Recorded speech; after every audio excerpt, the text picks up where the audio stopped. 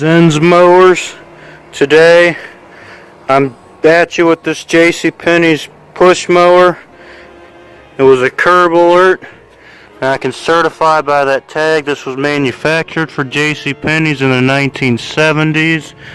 I was told this was over 40 years old, and until recently, like the past 3 years, I never knew that they ever sold lawnmowers at any period of time because they're a clothing store.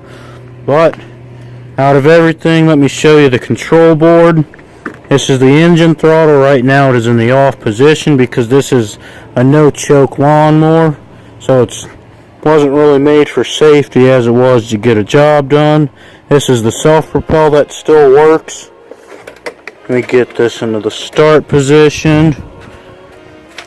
I probably will need to clean the carburetor because I can't run this engine without the air filter, so it's rigged up right now.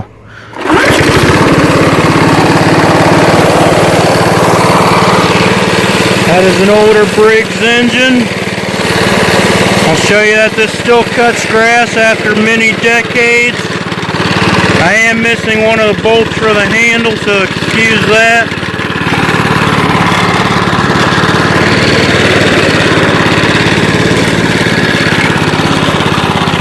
I would love to keep this and cut my yard with it, but I don't know yet.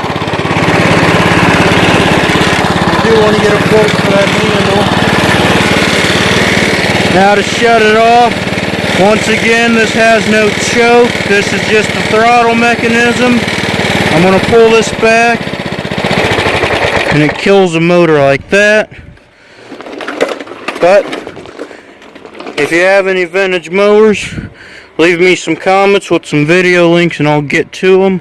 I am going to post a model in the description for the Jcpenny's.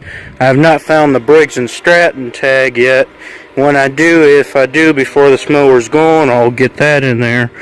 But anyway, like the video, comment, and subscribe. Thank you.